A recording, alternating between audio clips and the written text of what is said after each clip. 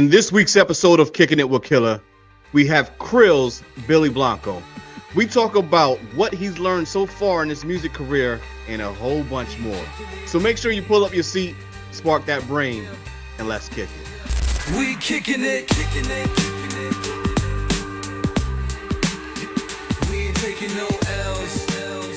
I don't care how they feel. Krillz, what's going on with you, brother? I'm chilling, man. Living life. You know what I'm saying? Of course, the last time I had you on here, we had the whole hip hop debate, and that kind of went crazy real quick. But everybody's definitely talking about that one. Yeah, it was definitely it was a good one though. Good topics. You know what I'm saying? Like, Oh yeah. You know what I'm saying? That's what I do. You know what I'm saying? Good questions and chicken wings. You know what I'm saying? subjects that people want to talk about all the time. Right. All right. So of course, before we get this thing started, I want to start off with this thing that we call the quick kick. All right. So we're gonna do this or that. Right. I'm gonna give you two options. You pick either this or you pick that. All right. Dipset or G Unit. I feel like G Unit had more spitters earlier. Jim just got hot. In my opinion, like in the last couple of years, he just got crazy with the bars. Cam always been nice, but it's Cam. Everybody know about Cam. Exactly. 50 always had bars for the most part. Banks always has bars, still has bars. Game had bars. Buck had bars at times. So I mean, I'm a holler, so I'm gonna say Dipset, but I think G Unit might have been doing a little bit more. You know what I'm saying? Yeah. Yeah. Well, there was definitely a point in time where Dipset was killing the mixtape, right? It was definitely. Right? But then there was a nice long period of time, and we're talking about before Shady Aftermath, right? Mm-hmm. Where I'm from, G Unit's joint was dropping like crazy. You know what I'm saying? Like we were looking forward to a G Unit mixtape probably once a month, where he was pretty much taking somebody else's beat and flipping it his way. So that definitely, I remember that era. And it was definitely running the streets at the time. But like you said, everybody know Cam, right? Like Cam does his thing. You know what I'm saying? Boopity boop and all that. Like, but you know what I'm saying? But like, it's still Dipset. So like I said, I'm a Harlem. So it's like I love Dipset, like the beat selection and all of that. I just they had JR Ryder, they had 40 Cal, but they didn't reach that level that a Game or a Buck or a Banks reached. You know what I'm saying? So that's one of the big differences. So you talk about Harlem though, you know what I'm saying? Like Harlem back in the days used to be the spot that you go to. So obviously I would go to the Ave in Queens, right? And that's typically where I would get all my shopping done. But if you really wanted some fly stuff, you know what I'm saying, you would head out to Harlem and do your shopping over there if you wanted something really exclusive. You know what I'm saying? So yeah, I know all about it. The next one, State Property or D Block. Every day, all day, D Block. You know what I'm saying? Right. The old D Block, the new D Block, J Hood D Block, you know what I'm saying? And the Straw and AP D Block, you know what I'm saying? Right. Yeah. It don't even matter.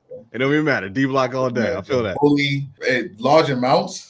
I don't know how many cats out there know about large amounts. Large amounts was nasty, and the Locks had him on D Block. So that T Waters, Yeah. See, you already know. All right. So the last one for you. Rest in peace to both of these guys.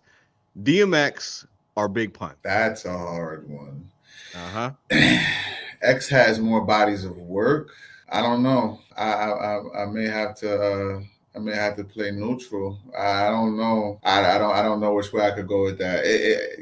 Like I said, X got more bodies of work. So Pun, I feel like they're in that aspect they're kind of equal. Like I don't think one was better than the other.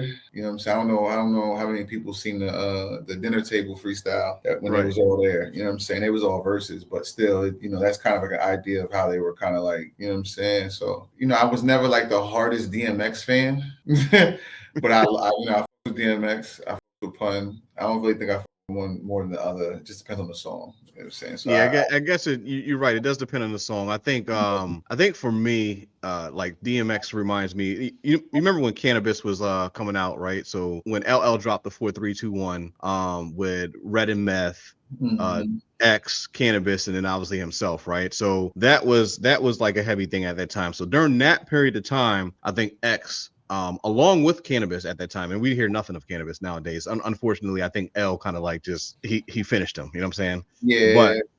But that makes this track his best song. Yeah. So, you know what I'm saying? Unfortunately, that's what happened. But at that time, X and he was definitely doing his thing. Yeah. I mean, actually, regardless, you know what? It might be a neutral, man. I hate to say this. I usually say you got to pick one or the other. You know what I'm saying? You throw like an X joint on in the party. If I'm DJing, you throw an X joint on the party, everybody gonna go crazy. If you throw a pun joint on the crowd, you know what I'm saying? This is gonna be the same reaction. So, you know, I'll let you slide on that one. We're gonna say it's a neutral. We'll say it's neutral on that one. It's debatable. I think the only way it's not neutral is if you got a Spanish person and a black person. I don't.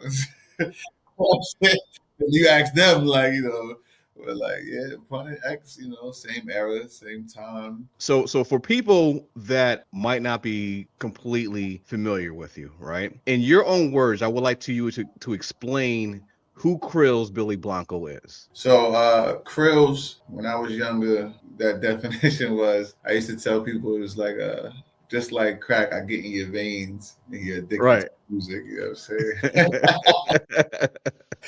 So Okay. yeah, that's where that came from. And actually there was this girl that I used to be madly in love with named Brittany in high school.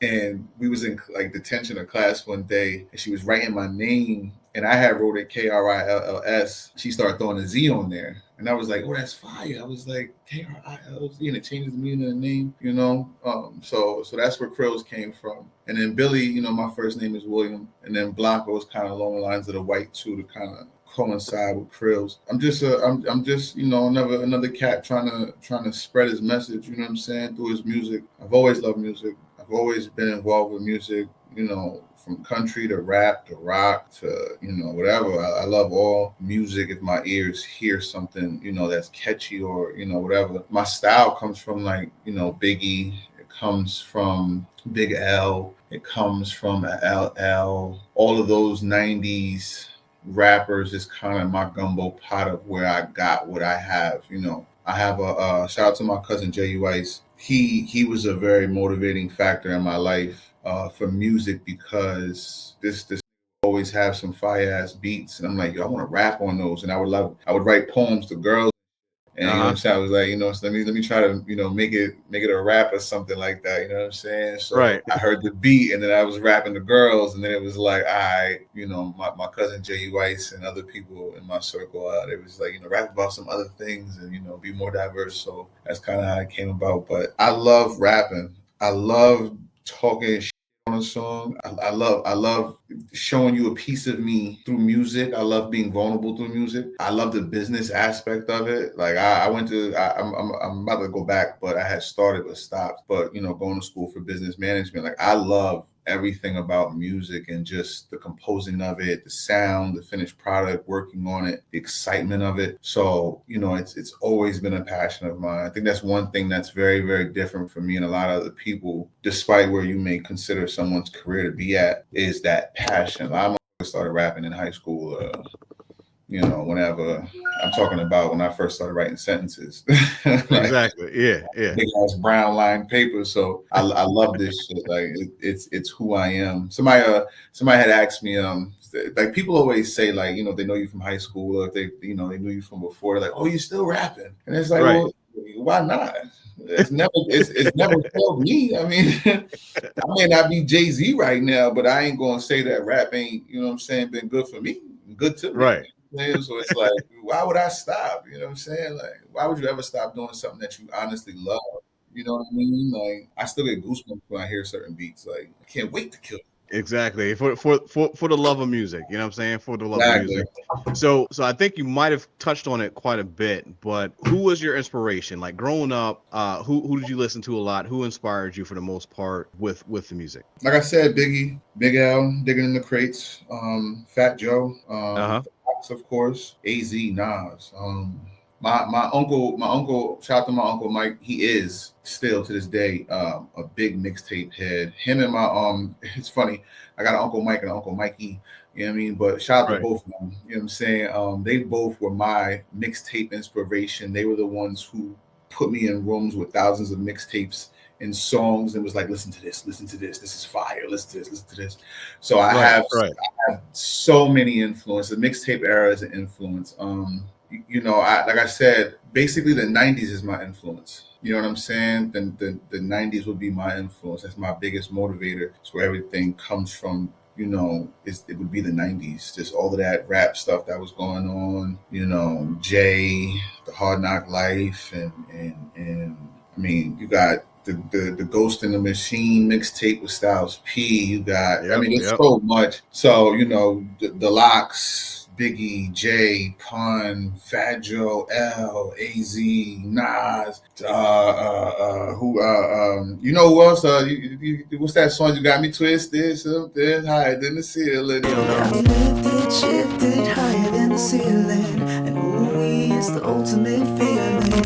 That's my shit too. Oh, yeah. That beat is bananas. Them niggas, you know what I'm saying? Like, I'm telling you, like, I used to listen to Michael Jackson. My cousin, shout out to my cousin Fat Tony. He's a big Michael Jackson fan. We used to listen to Michael Jackson all the time. You know what I'm saying? I used to, like, Leanne Rhymes, all them country. I'm Garth Brooks. It was all motivation. Like, shout out to my brother GK.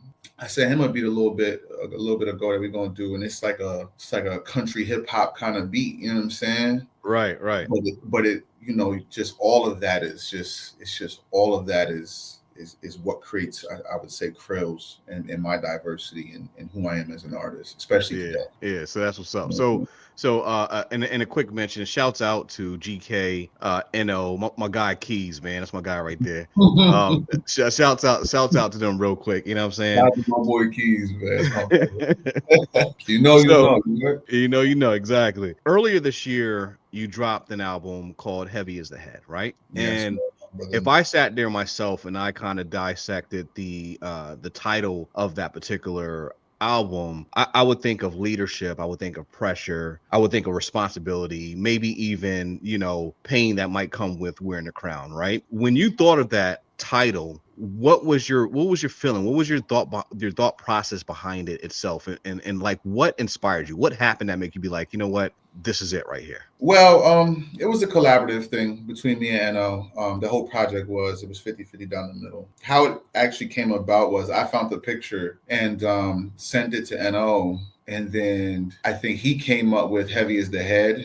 And I was like, Heavy is the head that wears the crown, because that's like the full quote. Exactly. And he was like, nah, you know what I'm saying? We'll save it for the next project. So I believe the next one's going to be Heavy Is the Head that wears the crown, But it really, I can't speak for everyone, at Judgmental Records. Shout out to everybody. I can speak for myself and how I feel. I feel like we are taking a different approach business-wise with the music than others. So I feel like sometimes, I say this with as much respect as possible, people forget their place. Right. Let me talk about real quick. I feel like, you know what I'm saying, it's like they're ahead of themselves sometimes, and it's like, but respectfully, this is what the game does to you. It gets you cocky and all that. But to me, it was kind of just, that's everyone that is feeling themselves, that think they got a run going on, or they the hottest out. Like, we've seen this before, and this is why we're taking the approach that we're taking, because some of the things that we're seeing now we've seen before. So we know a dead end when we see it. So it's like, but that to me, Krillz, that's everybody in their head. That's you thought you was that, but no. We're holding your head now. You know what I'm saying? Like, you feel me? So that's how I look at it. Like, ain't nobody. So if you had the opportunity to sit down with somebody that has not heard any of your music, right? Mm-hmm. What's the one song that you would play that you feel like embodies Krillz, right? That you can hear this one song and be like, all right, this explains to you exactly who I am and what to expect from my music. I want to say Stick On Me, but Stick On Me, I don't feel like Stick On Me was like a rowdy record. You know what I mean? It was like, Right. We needed a rowdy record, something to change the tides, and that was that. So lyrically wise, I wouldn't say Stick On Me, but I would say Stick On Me, because Stick On Me to this date is my biggest single I think I've ever put out. So definitely had to be Stick On Me. But outside of that, I don't know. I have to think. I got a couple singles. I got Love Is Rare. I would say Love Is Rare is one of my top 10 best lyrically written songs is Love Is Rare. Also Involved. Shout out to my boy Smooth Shots. He shot that. It's my brother right there. Right. And that song Involved was also another song that there was some work put into that, and it came from certain areas. So I think those three songs would be good songs to give you the diversity of what Krillz could do, what kind of work he could put out. You know what I mean? You've been doing this for a while, and just like you said, people might come up to you and be like, "Oh, you're still rapping," or whatever the case.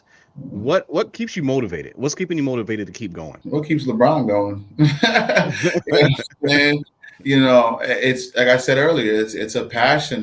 There's no reason to stop. It's not like raps cost me $100,000. I ain't lose no money. It's not like it's cost me my family. It's not like it's cost me any real relationships. You know what I mean? If anything, I've built more and gained more from it. It puts me in rooms. There's so many advantages for me when it comes to it. So outside of it just being my core passion in my heart, and my craft, my skill, what I do, there's no reason. You know what I'm saying? Like look at you. You're still doing what you're doing after 101.7 and everything else. You know what I'm saying? Like it's in you. Like you're gonna find a way to do it. You know what I mean? Like if I get 60, 70 and they're like, oh well, I'm too old to rap, I might go to Jingles. Right. I'm still in music though. You understand me? I might be behind the scenes still in music though. You know what I mean? Music, exactly. I'll be 80 in music, doing something with music like forever. This is who I am. I may work a 9 to 5. I may, be a family man. I may have kids, whatever. But music is like sneakers. It's never going away. I feel you on that, right? So I did take a little time out from music for a little bit. And I think the biggest part of it is because as a DJ, I wasn't really feeling the music that was coming out, right? But I kept feeling a motivation to still want to make beats, still want to like somehow be involved with it, right? So it essentially, I felt like Pookie and New Jack, man. It keeps calling me, man. So I came back and that's what it is, you know what I'm saying? And I feel like and I feel like you're in the same spot where if there wasn't any progress with what you're doing, and same for me, if I feel like if I at least didn't make one step forward with what I'm doing, then I would have stopped, right? Mm-hmm. But because you're doing what you're doing, I'm doing what I'm doing, and we're still both making forward motions, why stop? Keep going. And just like you said, it's not costing anything. It's not costing you a lot of money.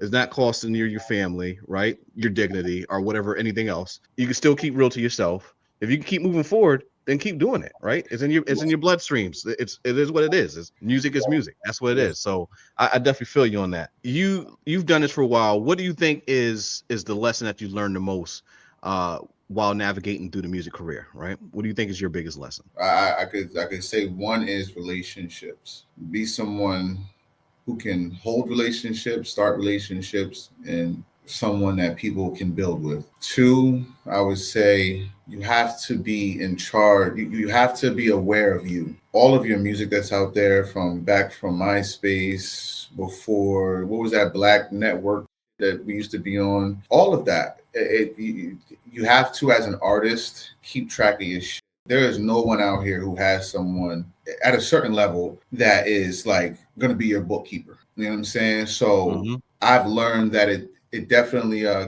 makes people look at you differently when you can say, hey, look, this is what I've done and this is the proof. You know what I'm saying? Because it's then your track record is what shows that you're not a newbie. It shows that you have some idea, of what you're doing. So being aware of yourself as an artist and as a business, as an entity, in every room that you walk in is very important. If you know me by my first name, that's a different relationship than if you call me by Krillz all the time. And that's very important. Very important. You know what I mean? So definitely just being aware of who you are as an artist, especially in 2025, because they've made it so easy for us to be business owners of ourselves that there's really no excuse, for you not to know what songs you have on SoundScan, to not know how many times your song has spun on radio, or how many times your mixtapes, you know what I mean? You got to know all of this. You have to be aware because they're giving it to us now. You know what I mean? So exactly. It's even easier now to get that information than it was before. You know what I'm saying? Yeah, it is. Yeah, so they give you the access to it. The Apple Music can go on there and see, okay, you know, and just on Apple Music itself, you can go and see how many people might have searched your music, right? Whether it be like Shazam or whatever the case, right? The different apps that they have. You can see, you know, it can actually it even gives you an option to see if it's getting radio play, right? So, Yeah, you know, yeah. yeah, So you can check all that stuff. So everything's in front of you for that access. Where before you didn't have that, you would have to you know, what was it, BDS? You have to contact BDS and wait for them to send you a report. yeah. You gotta register your songs, and you still got to an extent, but it's you know what I mean, but it's definitely a lot easier now to connect your all of your stuff together. You know what I mean? So like my main distributor now would be Rock Nation Distro. So the majority of all of my goes through them, and I can also track it through them as one main source, and then my other main sources. So it's an added incentive, if you will. You know what I'm saying? So, depending on who you're working with, what kind of backing you have, and what your team is looking like, you know what I mean? It's definitely a lot easier to track amongst different sites, different platforms. And I think it's very interesting, if you've been doing music for 5, 10 years and you've actually been doing what you're supposed to do, it's very interesting to see like where your music has gone, how much money you've actually made, and who's listened and how many times they, you know what I mean? Like the whole streams thing, like talking about it now, and they was talking about it a couple of years ago. But nigga, if you knew anything about streams when streams first happened, you knew there was no money in that. You know what I'm saying? Like artists been complaining about streams since streams were announced. So it's like, you know what I mean? Like, I remember one time I looked at one of my reports and it had like 50 plays or something. It was all like 1 cent, and it was like I'm like, bro, I'm like, if this was all $1, I'm like, I'd be good right now. Like, and this is over 8 months or something. Like, where's my money? Like, you know what I'm saying? So it's like you gotta find different, you know what I mean? So it's like niggas didn't know there was no money in the streams. It's just like that's just another way of you telling me, like, you know what I'm saying? Do I need to do an African song? Do I need to do a United Kingdom song? You know what I'm saying? If anything, yeah, exactly. If anything, you can base it down to, okay, they're feeling me in the UK right now, so Yeah, you know what I'm I saying, let agree. me try to figure out something so I can cater to that audience and have them actually Exactly. buy what I'm selling. You know what I'm saying? So yeah, it's almost a new mixtape, as in a sense when we were talking before, right? If you saw somebody drop in a particular mixtape and you realized that joint was going to be hot, so you would instantly go out and buy the album, right? So you almost have to use the streaming portion as an advertisement to get it out to people, but then also make sure you have that backup in that way for people to be able to buy the music. You know what I'm saying? Or add an incentive. You can stream it, but if you buy it, you get this shirt and this hat signed by the crew, boop, boop, boop, and we'll send it to you on, you know what I'm saying? Like there has to be more of an incentive to kind of go with everything. Yeah, Definitely. I think it's switched. I think like you said, and that we talked about before, it was like you put the mixtape out and that'll make you want to look at the album. I feel like now streams are an added incentive to the views you get. Like, you know what I mean? I feel like in today's day, you make more money off of a YouTube video or off of an Instagram post than you would off of a stream. You would, yeah. So it's like, you want to conversations in the rooms that I'm in. It's like you want to have the music, but you got to be on Instagram, you got to be on TikTok, you got to be on Twitter, and bring them to the music, because the music is going to be where you earn the least money Yep. in today's day and age. You know what I'm saying? I'll make more in a month off of selling shirts, heavy as the head shirts. And those are out right now on judgmentalrecords.com. But I'll make more money off heavy as the head shirts in a month than I probably will off of music, only because I don't have the mainstream push. You know what I'm saying? So it's like the push that I have would be good, is good distribution deal and everything, but it's still like, there's levels. Like Meek said it the best way, and there's levels. And it's like right now I'm probably making more off of Instagram than music.